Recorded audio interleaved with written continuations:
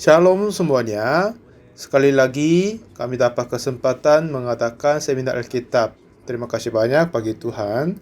Kalau engkau adalah Tuhan, apa yang mau sampaikan kepada manusia? Memang kita masih kurang tahu kan? Tuhan ingin mau memberitakan banyak hal kepada kita dan juga Dia mau sampaikan hatinya kepada kita. Setelah Tuhan menciptakan langit dan bumi dan menjadikan manusia, setelah itu Dia terus sampaikan hatinya. Hari ini Tuhan tetap kerja karena mempersatukan hatimu dengan jadi hati Tuhan. Itulah apa yang kami sampaikan melalui seminar ini. Kita baca kiriman Tuhan. Yohanes 11 ayat 31 sampai 44 kita baca. Ketika orang-orang Yahudi yang bersama-sama dengan Maria di rumah itu untuk menghiburnya, melihat bahwa Maria segera bangkit dan pergi keluar, mereka mengikutinya karena mereka menyangka bahwa ia pergi ke kubur untuk meratap di situ. Setibanya Maria di tempat Yesus berada dan melihat dia, tersungkurlah ia di depan kakinya dan berkata kepadanya, "Tuhan, sekiranya engkau ada di sini, saudaraku pasti tidak mati." Ketika Yesus melihat Maria menangis dan juga orang-orang Yahudi yang datang bersama-sama dia, maka masyukurlah hatinya. Ia sangat terharu dan berkata, "Di manakah dia kamu baringkan?" Jawab mereka, "Tuhan, marilah dan lihatlah." Maka menangislah Yesus. Kata orang-orang Yahudi, "Lihatlah betapa kasihnya kepadanya." Tetapi beberapa orang di antaranya berkata, "Ia yang memelekkan mata orang buta, tidak sanggupkah ia bertindak sehingga orang ini tidak mati?" Maka masyukurlah pula hati Yesus, lalu ia pergi ke kubur itu. Kubur itu adalah sebuah gua yang ditutup dengan batu. Kata Yesus, "Angkat batu itu." Marta, saudara orang yang meninggal itu, berkata kepadanya, "Tuhan, ia sudah berbau sebab sudah 4 hari ia mati." Jawab Yesus, "Bukankah sudah kukatakan kepadamu, jikalau engkau percaya, engkau akan melihat kemuliaan Allah?" Maka mereka mengangkat batu itu. Lalu Yesus menengadah ke atas dan berkata, "Bapa, aku mengucap syukur kepadamu karena engkau telah mendengarkan aku. Aku tahu bahwa engkau selalu mendengarkan aku, tetapi oleh karena orang banyak yang berdiri di sini mengelilingi aku mengatakannya supaya mereka percaya bahwa engkaulah yang telah mengutus aku." Dan sesudah berkata demikian, bersuruhlah ia dan suara keras, "Lazarus, marilah keluar." Orang yang telah mati itu datang keluar. Kaki dan tangannya masih terikat dengan kain kapan dan mukanya tertutup dengan kain pelu. Kata Yesus kepada mereka, "Bukalah kain-kain itu dan biarkan ia pergi." Sampai 44 kita baca. Yohanes pasal 11 ini ceritakan tentang Yesus bangkit Lazarus yang mati. Tetapi kali ini kita berkata tentang Lazarus. Tetapi seperti yang begitu, banyak pikiran-pikiran berada di dalam hati kita, harapan itu juga sedang mati. Berharap kepada bisnis atau berharap kepada kekuatan dirinya sendiri, akhirnya berputus asa. Banyak orang berada di dalam kesulitan dan berputus asa. Tetapi harapan yang sedang mati dan hati yang sedang mati, apakah ada kekuatan bisa bangkitkan itu? 2000 tahun yang lalu Yesus datang di bumi ini. Sebenarnya dia sendiri adalah Tuhan Allah. Dia untuk mendekati kepada kita, mau membantu dan memberi anugerah bagi kita. Dia bertubuh manusia dan datang di bumi ini.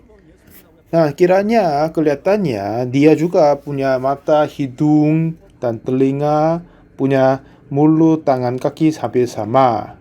Tapi dia sendiri adalah Tuhan Allah. Dia sudah mempunyai kekuatan yang kita tidak bisa mempunyai dan mempunyai kuasa juga.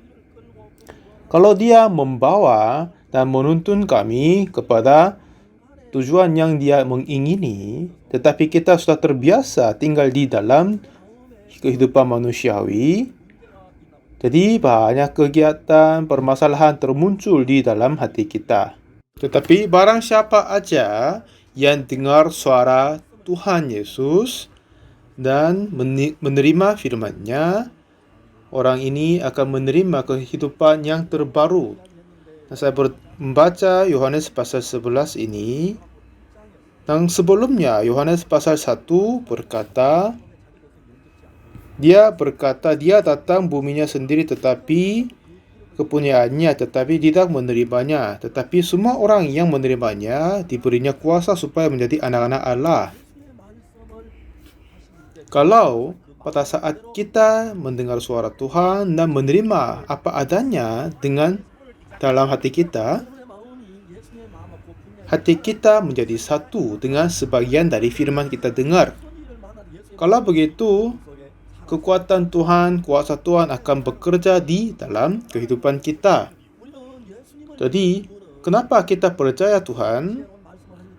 Baik dia berfirman yang baik dan mengasihi kita, dan maupun dia adalah yang mempunyai kuasa yang tidak sama sekali kita mempunyai.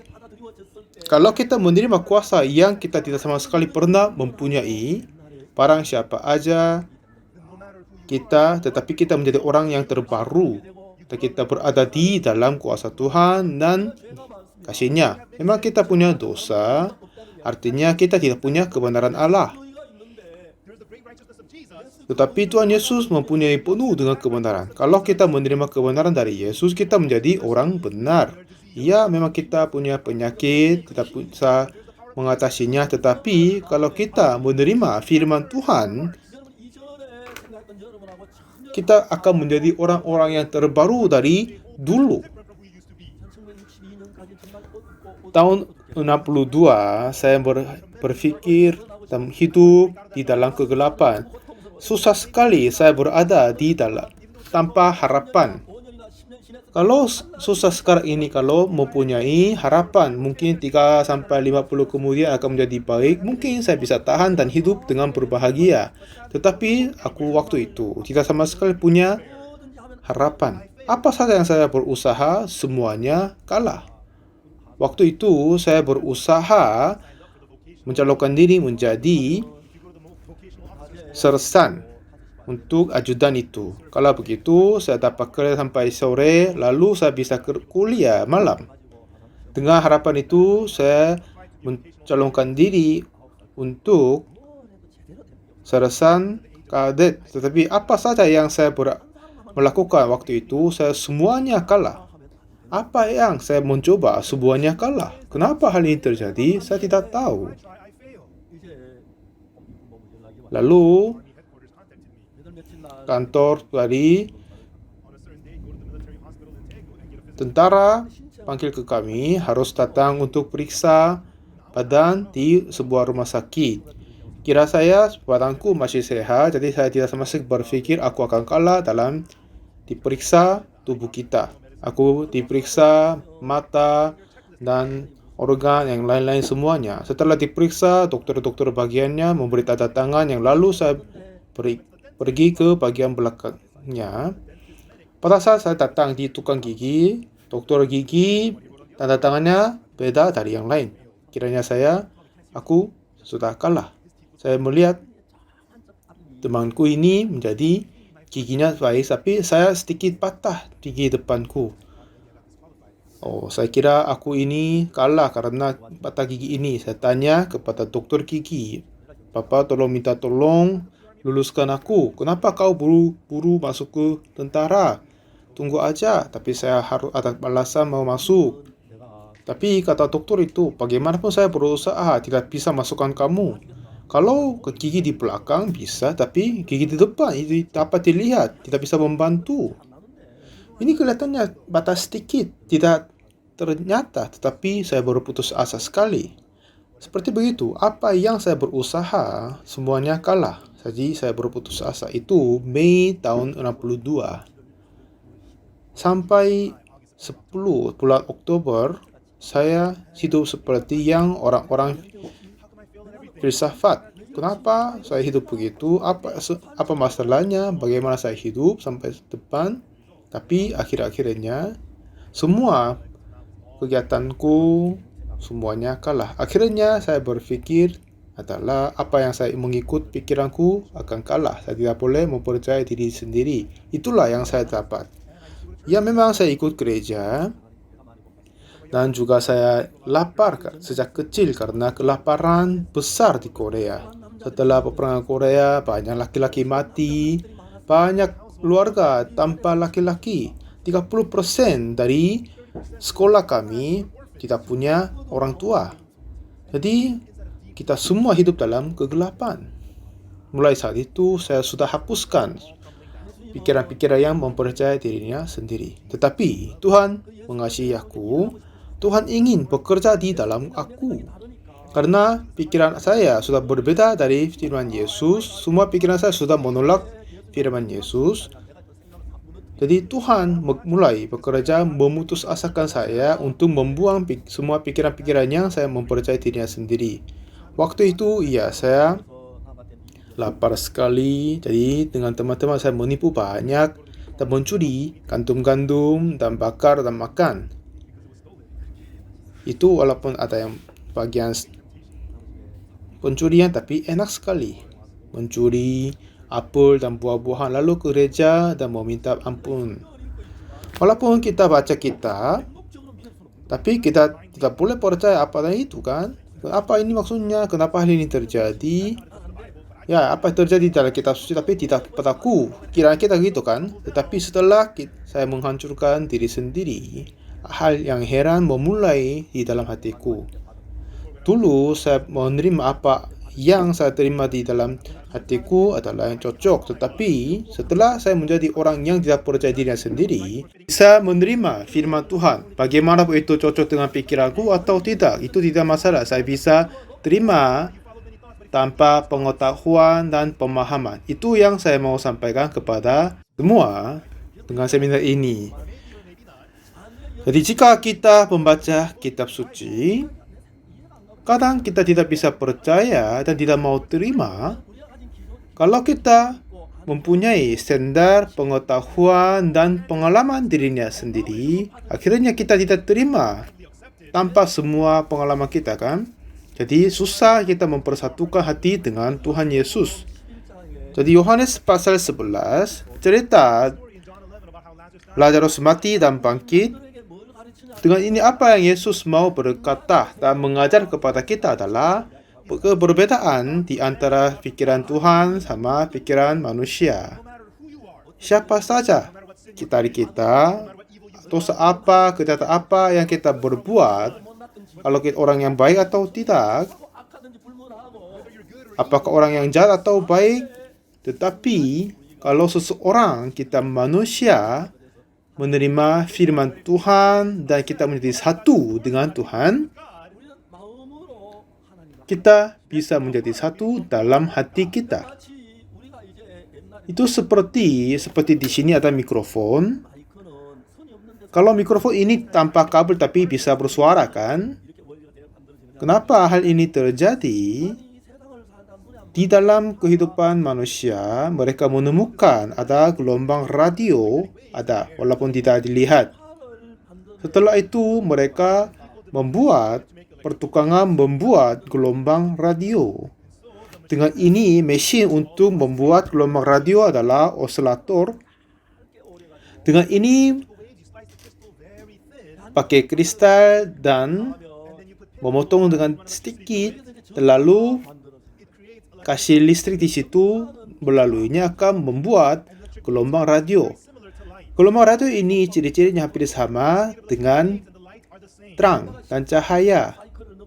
Kalau gelombang radio ini menjadi lebih cepat dari 13 teracycle, itu menjadi kayak cahaya. Jadi di dalam mikrofon ini masukkan osilator, di sini membuat gelombang radio. Lalu apa yang manusia meneliti adalah masukkan suara di dalam gelombang radio. Setelah orang meneliti dan belajar seterusnya, akhirnya suara ini akan pergi Suara sendiri berjalan 340 meter per detik, tetapi gelombang radio bisa pergi 300.000 kilometer per detik. Jadi kalau masukkan suara di dalam gelombang radio, ini cepat disampaikan. Seperti di mikrofon di sini, terima suaraku, lalu masukkan ke dalam gelombang radio sampai ke amp. Di sana membesarkan suara dan kirim ke speaker, bisa kita dengar. Dulu ya tanpa kabel tidak bisa berpikir, tapi sekarang seperti tidak ada kabel tapi masih bisa bekerja.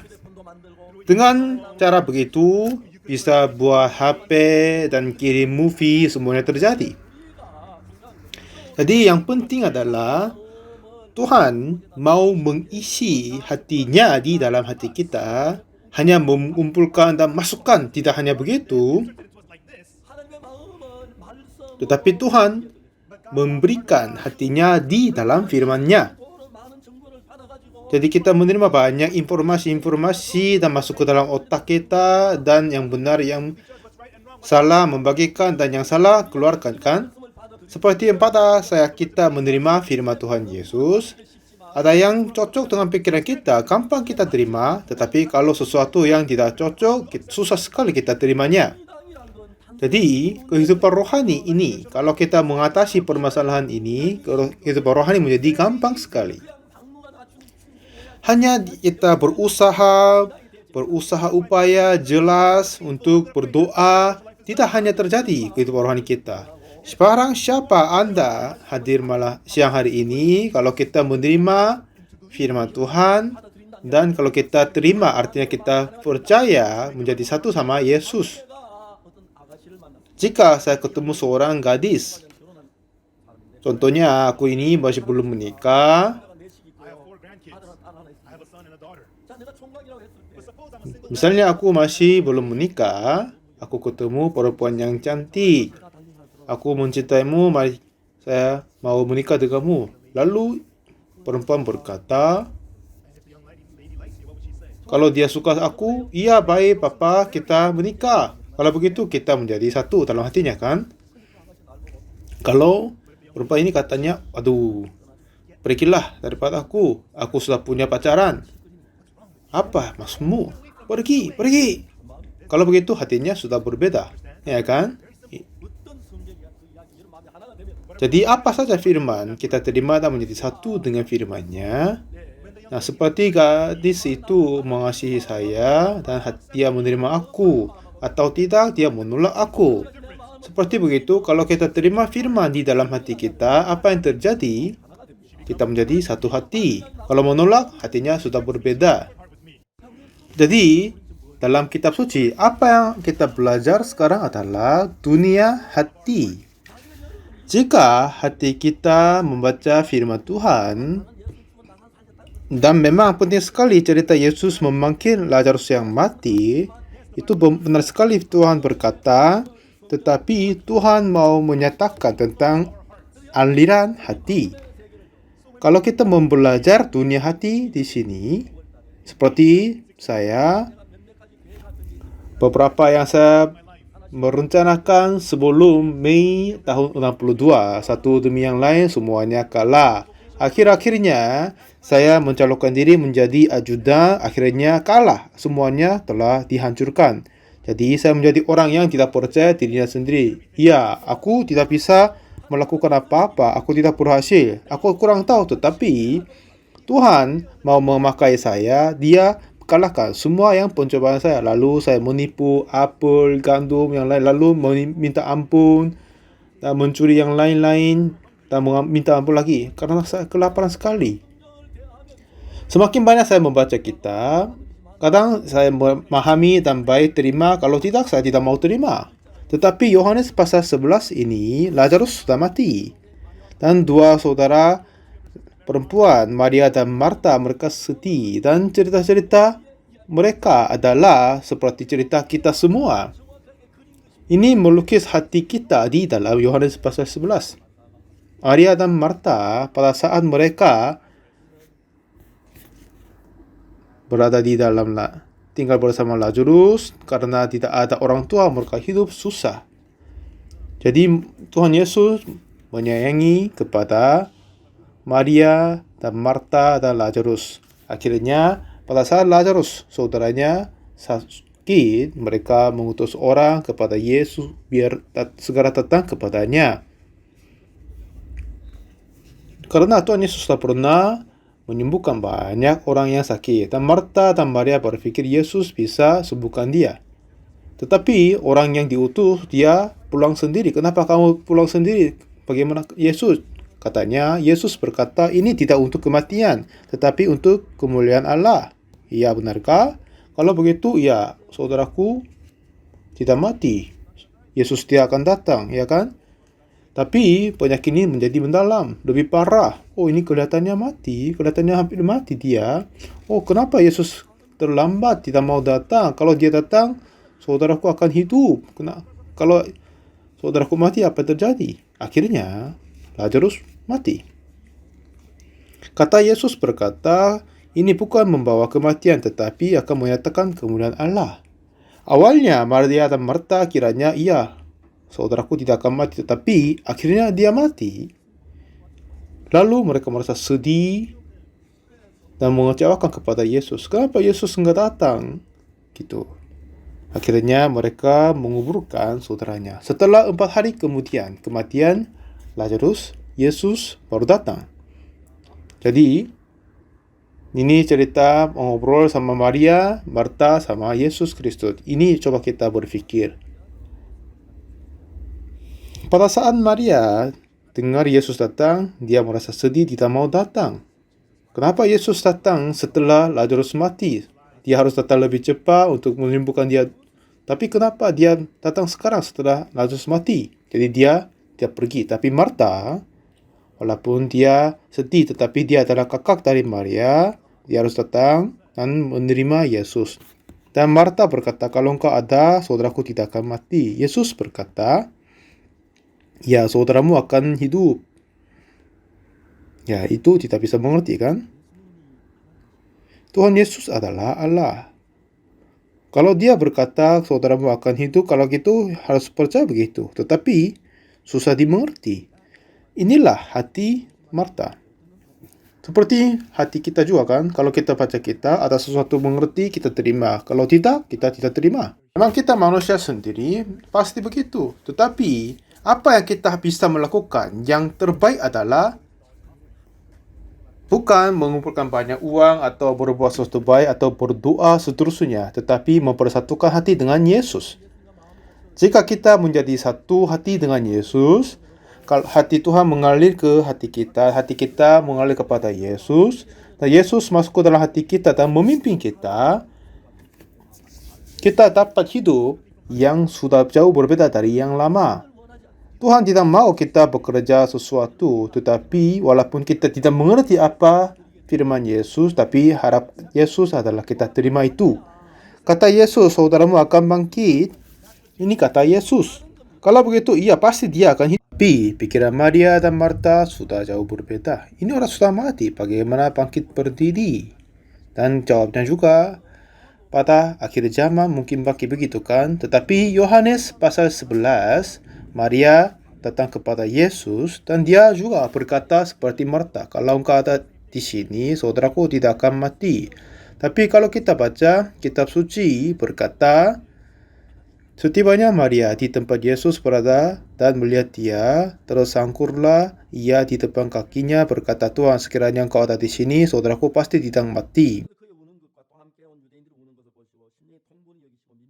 Ketika Yesus melihat Maria menangis dan juga orang-orang Yahudi yang datang bersama-sama dia, maka masyhurlah hatinya. Jadi Maria, Marta, sama banyak orang Yahudi menangis. Kenapa? Yesus berkata, saudaramu akan bangkit. Tapi kenapa Yesus masyhurlah hatinya?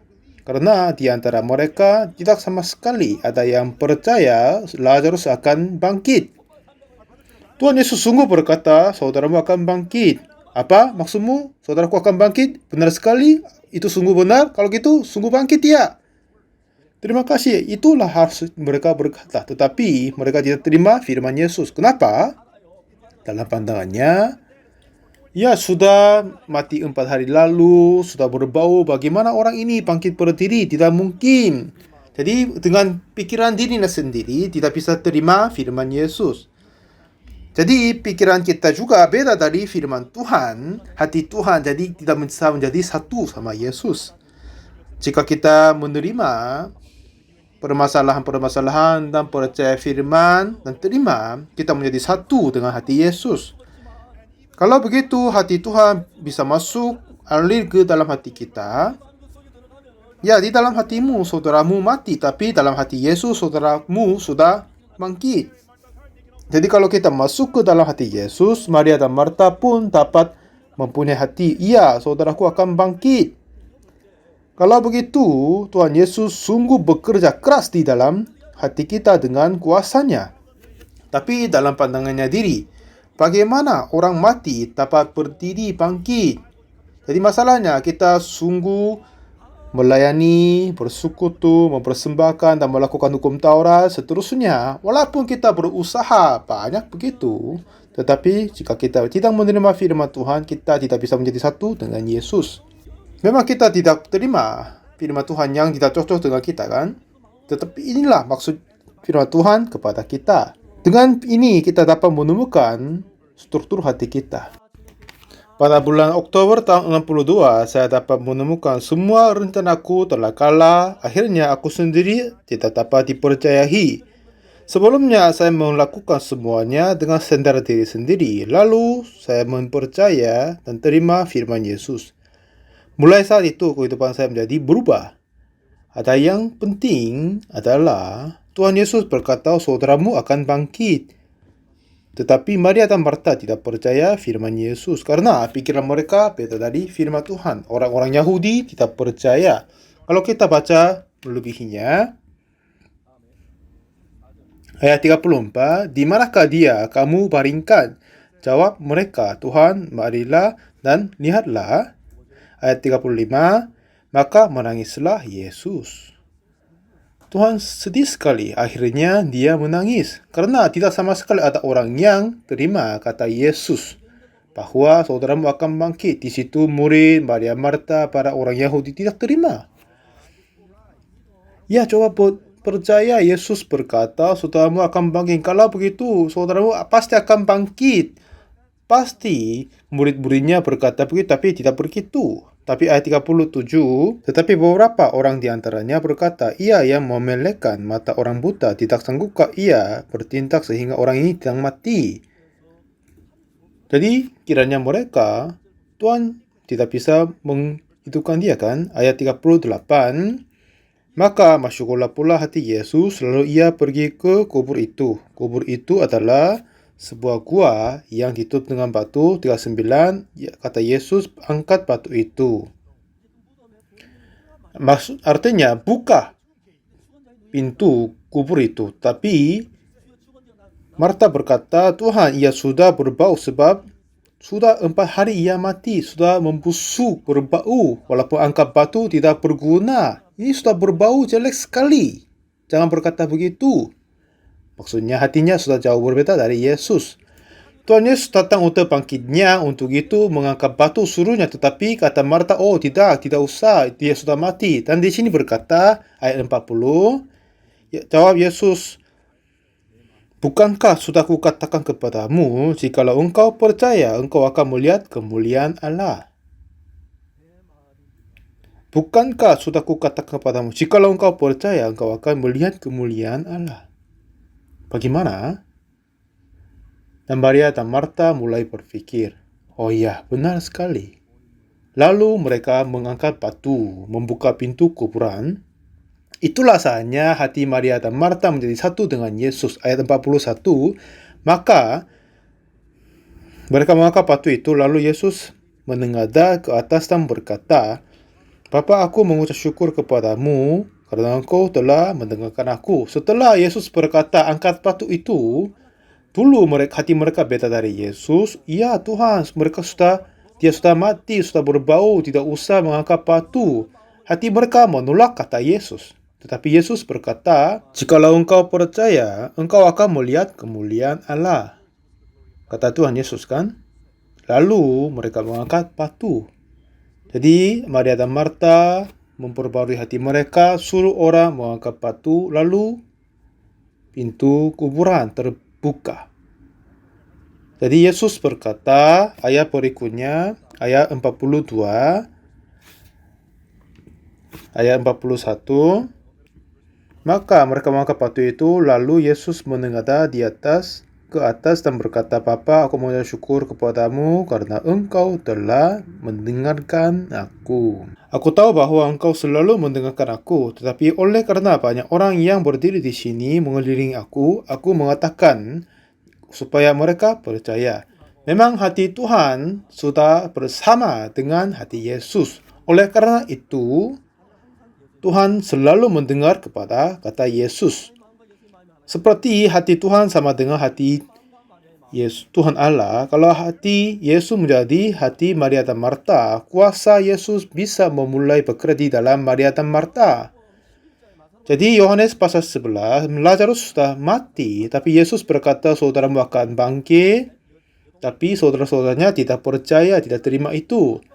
Akhirnya, selama mereka berfikir saudaraku sudah mati, mereka harus berputus asa dan sedih.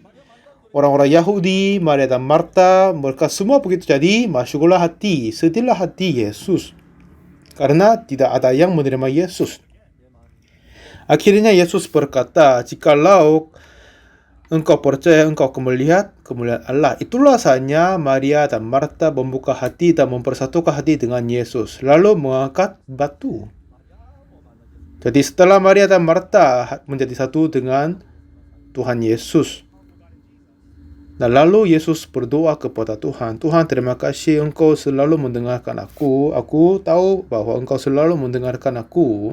Sebab dia berkata ini karena banyak orang berdiri di sini mengelilingi aku. Aku mengatakan karenanya supaya mereka percaya. Artinya apa? Mereka masih tidak percaya Yesus, percaya dirinya sendiri. Lalu Yesus berkata, Lazarus marilah keluar. Ayat 44, orang yang telah mati itu datang keluar. Lalu Yesus berkata, bukalah kain-kain itu dan biarlah ia pergi. Jadi kehidupan rohani ini percaya Yesus Kristus. Bukan kita buat sesuatu, hanya percaya Yesus Kristus. Jika kita menerima firman Tuhan Yesus, kita menjadi satu hati dengan hati Yesus, firman Yesus. Lalu kuasa Yesus bisa kerja di dalam hati kita. Kita tak juga mempunyai kuasa yang sama dengan Yesus. Di dalam kehidupan rohani aku, ada banyak kali Tuhan berkata dan mengerjakan di dalam hati saya. Setiap saat saya mempersatukan hati dengan Yesus, saya dapat melihat Yesus kerja di depan saya. Ada banyak hal yang terjadi seperti di dalam hatiku. Tahun 87, saya kena sakit tukak lambung kayak penyakit mak, jadi susah sekali. Oleh karena itu tidak bisa makan apa-apa. Walaupun saya makan bubur, haluskan seperti air, walaupun begitu saya kena diare. Waktu itu saya berat badan 70 kilo, tetapi dalam 3 bulan saya sudah hilang 3 kilo. Jadi dokter dalam dari rumah sakit universitas kasih obat kepadaku sambil berkata, Pak Pendeta, lambungmu, makmu tipis sekali seperti kertas. Kalau ada masalah, lambungmu akan meledak. Lalu dalam 24 jam kau akan mati, jadi harus berhati-hati makanan. Tetapi saya sudah dijadwalkan acara pimpin seminar sebelum 6 bulan sebelumnya, jadi sudah penuh jadwalnya. Jadi susah sekali menjaga makanan. Itu tahun 87 bulan Juni. Semuanya acara yang saya pimpin berada di musim panas untuk mengajar anak-anak muda pada musim libur mereka. Jadi itu capek sekali. Pada hari itu saya berdoa kepada Tuhan, Tuhan, saya sakit sekali dengan tubuh ini.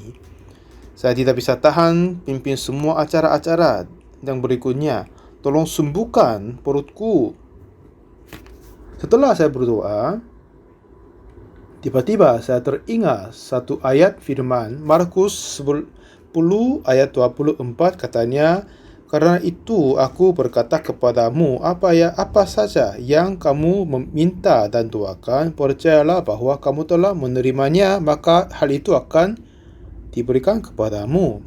Jadi setelah berdoa itu tidak akan selesai, tetapi percayalah kamu sudah menerimanya.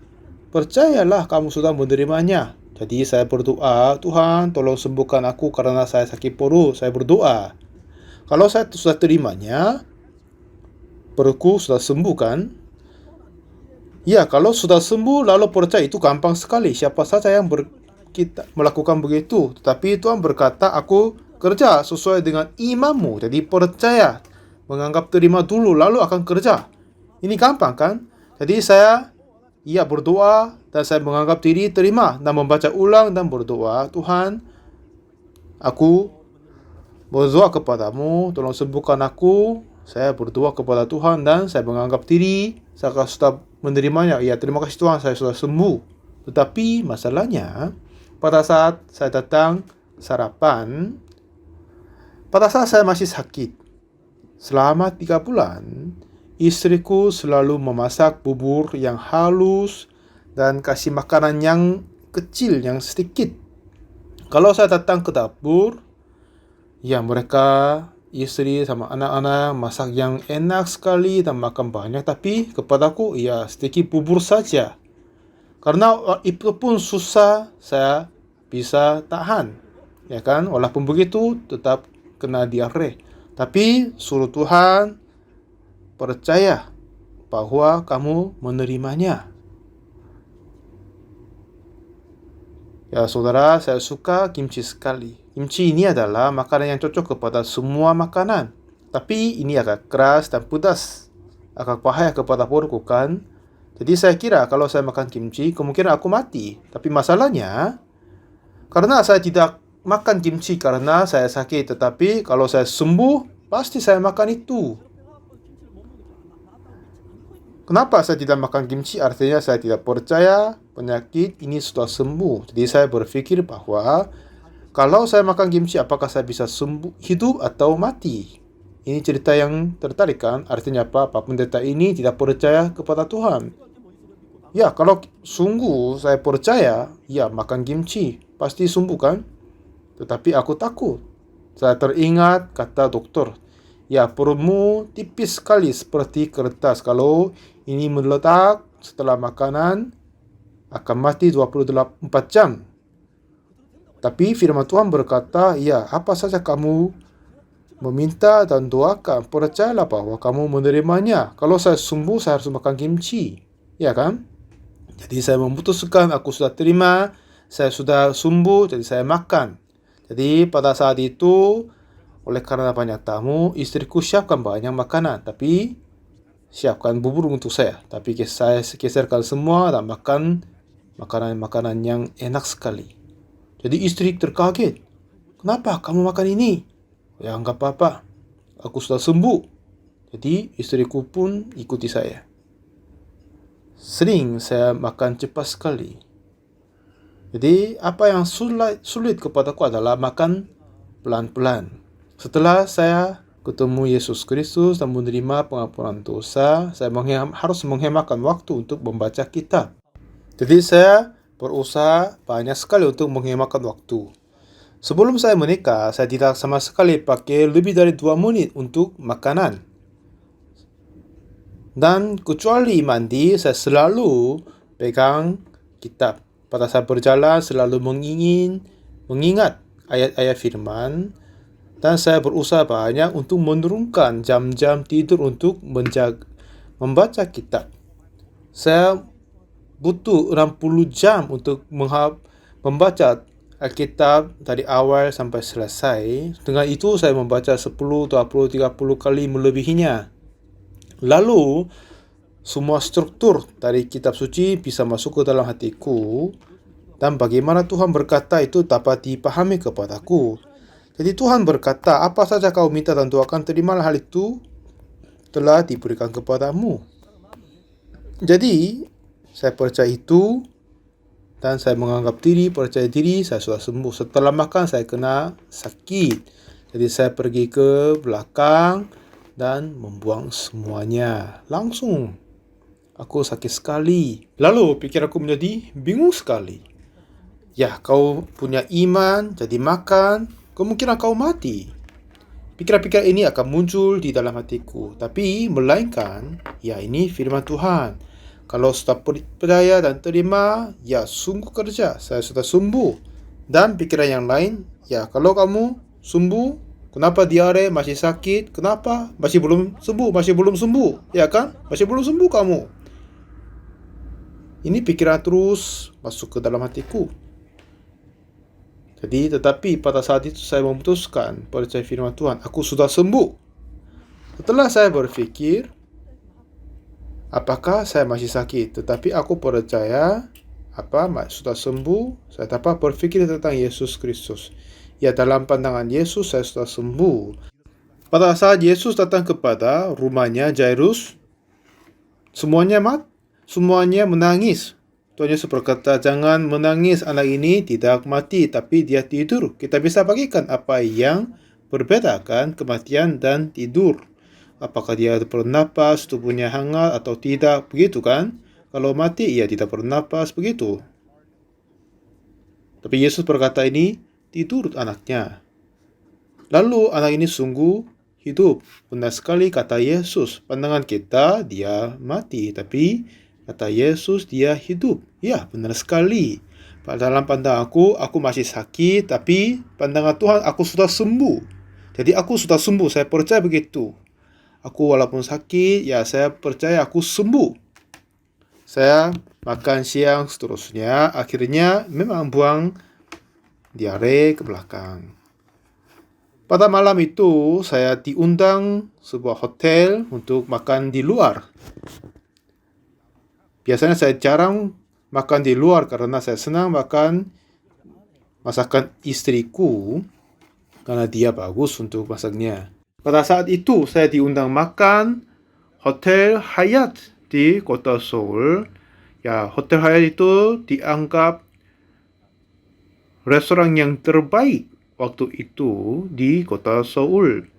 Waktu saya datang, saya berpikir, iya, saya makan sedikit aja karena saya sakit perutnya. Tetapi, tiba-tiba saya baru sadar lagi, iya, bukan, saya sudah sembuh kan? Saya sudah sembuh perutku. Jadi, saya akan makan banyak.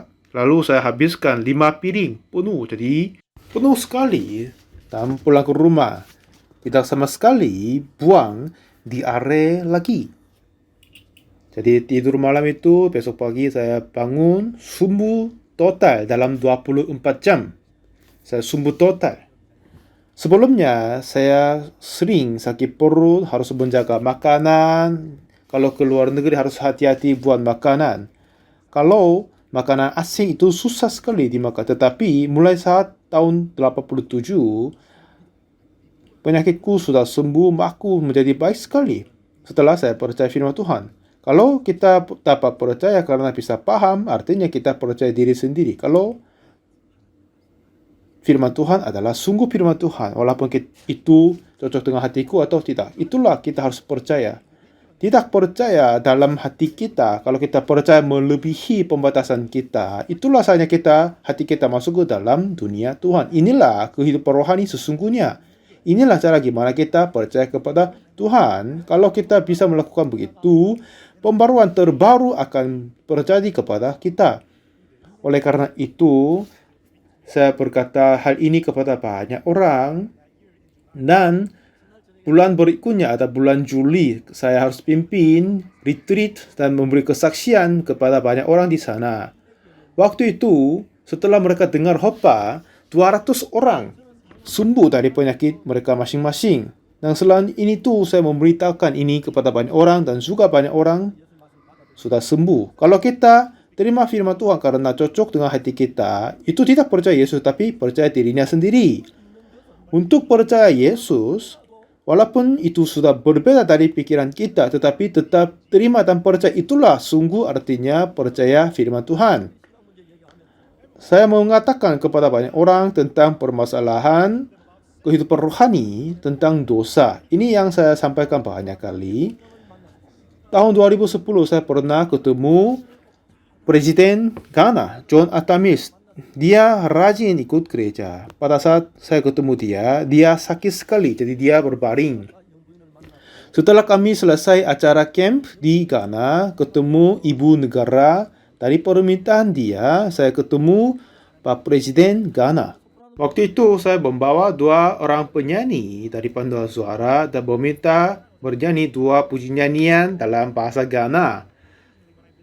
Setelah kami datang di Istana Negara, ketemu Bapak Presiden, lalu kedua orang penyanyi soprano bernyanyi 2 nyanyian dalam bahasa Ghana, lalu Bapak Presiden berbaring dan dengar, lalu dia mengikut bernyanyi dengan suara kecil. Setelah musik selesai, lalu saya duduk di depan Bapak Presiden dan kata, Presiden adalah sudah lama dokternya mengobati dia, tetapi itu tidak menjadi baik, makin parah.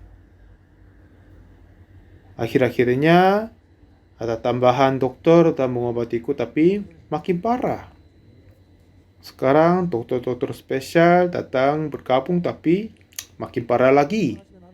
Pagi hari itu, Pak Presiden bangun dan berpikir, katanya mungkin 5 hari lagi tidak bisa hidup. Hati Bapak Presiden sudah dekat kematian. Lalu beliau berkata, aku dianggap orang beriman di antara presiden-presiden di Ghana. Katanya biasanya dia selalu mengikut ibadah minggu. Walaupun kesibukan, banyak penduduk di Ghana mengasihi Bapak Presiden. Tetapi sekarang dia sudah dekat kematian. Bagaimana dia berpikir adalah, kalau dia meninggal dunia, harus berdiri di depan Tuhan. Dia pun sudah berbuat dosa. Dosa ini masih belum diampuni. Kalau begitu, apakah aku sungguh bisa masuk kerajaan surga? Itu dia menjadi banyak kekhawatiran dan dia berkata kepadaku, sejak kecil saya juga berbuat banyak dosa, pencurian. Akhirnya saya berpikir banyak kali tentang permasalahan dosa. Lalu saya berkata kepada Bapak Presiden, Pak Presiden, bagaimana engkau mengetahui Anda orang berdosa? Katanya Bapak Presiden, karena saya sudah berbuat dosa, jadi aku orang berdosa kan? Ya benar, kelihatannya baik Pak Presiden, tetapi tidak begitu benar. Pak Presiden terkaget. Saya berkata, Pak Presiden, tidak sama sekali ada negara orang berdosa menentukan hukumannya diri. Kalau dia berbuat dosa, ya ini cocok untuk ditahan 3 tahun. Tidak ada yang berkata gitu kan. Ini diputuskan oleh hakim. Jadi, Pak Presiden tidak boleh menentukan dosamu sendiri. Ya katanya, ya kemungkinan itu benar. Lalu saya berkata, apakah Pak Presiden pernah melihat surat keputusan pengadilan dari Tuhan kepadamu? Pak Presiden heran, katanya, Pak, apa surat keputusan pengadilan? Iya benar Pak Presiden. Katanya masih belum pernah lihat. Ada di mana itu? Apakah engkau ingin membaca? Itu berada di dalam kitab suci. Katanya dia mau baca. Lalu saya membuka kitab dan kasih lihat kepadanya Roma 3 ayat 23. Ini berkata, karena semua orang telah berbuat dosa dan telah kehilangan kemuliaan Allah. Jadi Bapak Presiden, yang penting adalah dalam ayat 23 ada manusia, tetapi tidak sama sekali ada Yesus di sana.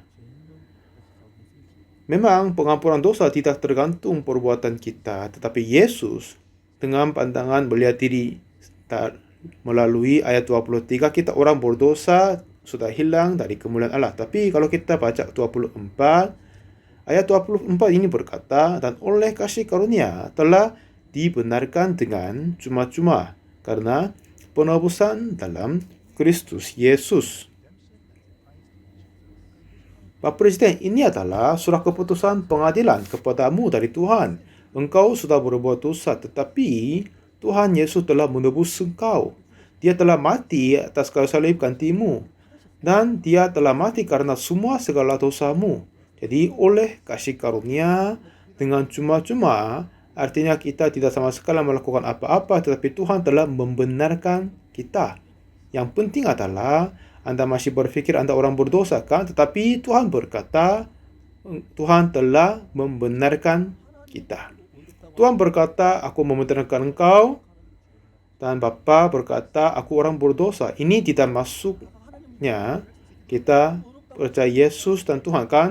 Kalau Tuhan berkata, aku membenarkan kamu, kita harus mengucap, iya, aku telah dibenarkan. Jadi Pak Presiden membaca lagi, ya benar, kalau Tuhan membenarkan aku sudah dibenarkan. Pandanganku, pikiranku, aku orang berdosa. Seperti dalam pandangannya Marta dan Maria, saudaranya sudah mati, tapi kalau Yesus berkata, saudaramu bangkit, kalau gitu sungguh dia akan bangkit.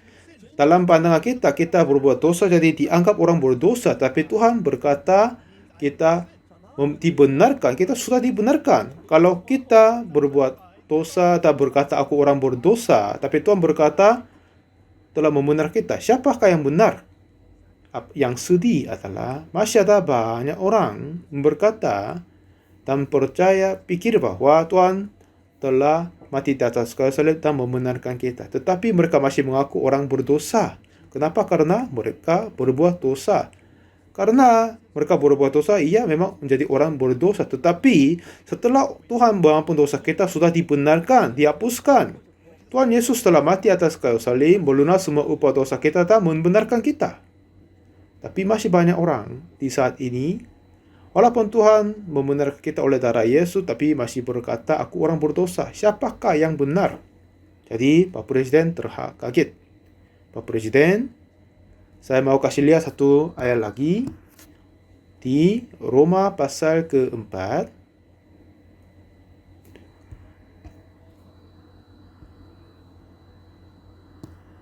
Roma pasal 4 ayat 25, yaitu Yesus yang telah diserahkan karena pelanggaran kita dan dibangkitkan karena pembenaran kita. Tuhan bangkit. Pada saat itu dosa kita telah dihapuskan. Coba lihat tanda paku. Coba lihat tanda-tanda yang terluka ditusuk di sini. Ini adalah tanda membenarkan kamu sudah dibenarkan. Ini kata Yesus. Sampai sekarang banyak orang berpikir diri sendiri orang berdosa. Tapi Tuhan berkata, aku membenarkan engkau. Ini sudah berbeda. Jadi Tuhan tidak bisa kerja di dalam hati mereka. Jadi Pak Presiden terkaget. Lalu saya mau kasih tahu satu lagi. 1 Korintus pasal 6 ayat 10. Pencuri, orang kikir, pemabuk, pemfitnah, dan penipu tidak akan dapat bagian dalam kerajaan Allah. Ya, orang-orang seperti ini tidak akan masuk ke surga karena orang berdosa. Tetapi ayat 10 berkata, dan beberapa orang di antara kamu demikianlah dahulu, tetapi kamu telah memberi dirimu disucikan, kamu telah dibenarkan, dikuduskan, kamu telah dibenarkan dalam nama Tuhan Yesus Kristus, dalam roh Allah kita. Dengan darah Yesus telah dikuduskan, disucikan, dibenarkan. Ini kata Tuhan, kamu sudah berbuat dosa, tapi itu telah sucikan oleh darah Yesus. Kamu telah dikuduskan, dibenarkan. Masih kita orang berdosa? Sungguh masih berdosa? Coba menjawab. Kalau orang tidak percaya firman Tuhan dan percaya pikiran diri sendiri, jadi mengaku orang berdosa. Kalau Tuhan Yesus mati atas kayu salib, tapi masih kita orang berdosa, artinya Tuhan Yesus kematian itu gagal, sia-sia. Tidak sama sekali tidak kan? Tuhan telah menghapus dosa kita seperti salju. Percaya Yesus adalah percaya itu.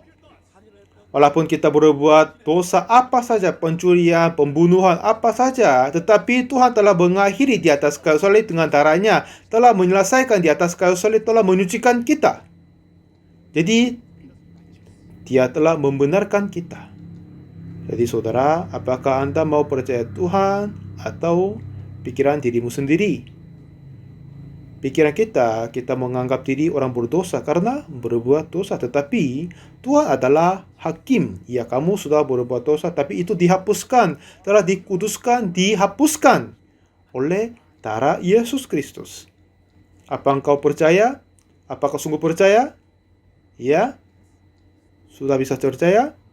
Apakah Anda orang berdosa? Kalau Anda orang berdosa, artinya Tuhan Yesus gagal menghapus dosa kita. Tuhan Yesus mati ke atas kayu salib untuk menghapus dosa kita. Kalau kita menganggap kita diri orang berdosa, artinya gagal kematian Yesus, sia-sia mati Yesus. Tidak, sama sekali tidak. Sungguh dosa kita dihapuskan. Ini kata firman Tuhan. Aku percaya firman Tuhan. Mulai saat itu, ya, saya menjadi sehat. Saya menjadi sehat sekali. Sampai sekarang tetap sehat. Jadi, Tuhan izinkan saya mempercayai firman-Nya lebih dari pikiranku. Kalau kita percaya firman Tuhan karena cocok dengan pikiran kita, ini tidak berarti sungguh percaya Tuhan. Firman Tuhan itulah percaya Tuhan Yesus. Inilah iman. Banyak orang berkata Tuhan Yesus mati atas kayu salib menghapus dosanya, tetapi mereka masih menganggap diri orang berdosa. Kenapa? Walaupun menghapus dosa kita, tapi masih melakukan berdosa lagi. Tapi dosa yang kita berbuat, apakah itu belum dihapuskan? Kalau tidak, ya sia-sia kematian Yesus kan? Tapi sungguh Tuhan Yesus menghapus dosa kita satu kali itu selama-lamanya di atas kayu salib. Dan Dia bangkit. Lalu kasih lihat tanda-tanda kematian, paku, semua ini. Dengan ini dosamu telah dihapuskan. Tuhan berkata kepada kita. Ya, memang kita berbuat dosa dan sakit hati karena dosa. Tapi kita harus percaya semua upah dosa kita telah dilunasin oleh darah Yesus. Kalau kita sungguh percaya ini, hati kita menjadi satu dengan Tuhan. Mulai saat itu Tuhan kerja banyak di dalam hatiku. Dan sampai sekarang saya menyatakan firman ini. Saudara yang kekasih oleh Tuhan, Tuhan Yesus sungguh mengasihi Anda. Dia tidak hanya mati sia-sia, tetapi menghapuskan semua dosa kita seperti salju, sempurna menghapuskan kita. Kita tidak lagi orang berdosa, kita telah dikuduskan, dibenarkan, dan disucikan. Kata kitab suci kepada kita. Amin. Jangan percaya dirimu sendiri. Jangan ditipu oleh iblis. Tetapi percayalah kepada firman Tuhan. Lalu Bapak Presiden Ghana berkata dengan wajah yang damai, katanya, aku telah dibersihkan, disucikan, dikuduskan, dibenarkan oleh Yesus Kristus. Dia merasa senang, bahagia. Lalu kami mengobrol semakin banyak lagi. Lalu kata Bapak Presiden mau istirahat. Ya, Bapak Presiden silakan istirahat. Lalu beliau panggil istrinya dan suruh dokternya melayani dia. Lalu kami pulang ke tempat kami dan berjalan acara seterusnya. 4 jam kemudian kami dapat telepon dari Ibu Negara. Katanya, Bapak Presiden baru dipanggil oleh Tuhan dan masuk ke istirahat selamanya. Setelah menerima pengampunan dosa, 4 jam kemudian dipanggil. Saya mengucap syukur bagi Tuhan. Bapak Presiden Jonathan Mills, engkau mengutus aku untuk menyelamatkan beliau. Setelah itu, saya pernah ke Ghana lagi. Banyak koresponden datang interview saya karena aku ini adalah orang yang terakhir ketemu mantan presiden. Jadi dalam hatiku, saya masih ingat Bapak Presiden, dia sungguh percaya firman Tuhan apa adanya, lalu terima pengampunan dosa. Buang semua pikiran dirimu sendiri dan percayalah firman Tuhan. Tuhan Yesus sungguh datang di bumi untuk dosa kita dan Dia telah mati di atas kayu salib. Dengan ini Dia sudah menghapuskan semua dosa kita satu kali untuk selama-lamanya dengan sempurna.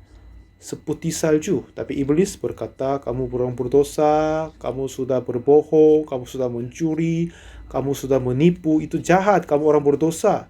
Jangan ditipu. Hakim Agung kita telah membenarkan kita. Tuhan tidak sama sekali berkata kepada orang berdosa, orang benar. Kita dulu orang berdosa tetapi telah disucikan oleh darah Yesus, kita telah dibenarkan. Tunggu, dulu kita orang berdosa, tetapi darah Yesus atas kayu salib telah melunasin. Jadi dosa apa saja telah dihapuskan, disucikan. Amin. Amin. Coba kita mengucap amin. Ya, baik. Sungguh bisa percaya. Amin. Dengan sesi ini dan seterusnya, bagaimana kita dapat dibebaskan dari dosa, itulah yang saya sampaikan. Dengan oleh anugerah Tuhan, saudara tidak percaya pikiran dirimu sendiri, tetapi percayalah firman Tuhan, walaupun tidak cocok di dalam hati kita. Kalau firman Tuhan berada di dalam hati kita, kebenaran akan menjadi milik kita, kasihnya akan menjadi milik kita, hikmat menjadi milik kita, kita menjadi baru. Setelah saya menerima pengampunan dosa, seluruh kehidupanku menjadi terbaru. Lalu saya sampaikan kasih Yesus. Mari kita berdoa. Tuhan yang kudus, kami mengucap syukur kepadamu Tuhan. Iblis terus berkata bahwa kami orang berdosa, tetapi Engkau Yesus telah menghapus dosa kami. Bantu kami tidak percaya kata iblis, tapi firman Tuhan yang membenarkan kami. Tolong memberi anugerah kepada kami semua, biar kami bisa mempunyai hati sama hati dengan Tuhan, bisa melayani-Mu Tuhan. Terima kasih banyak Tuhan. Dalam nama Tuhan Yesus Kristus kami berdoa. Amin. Terima kasih banyak.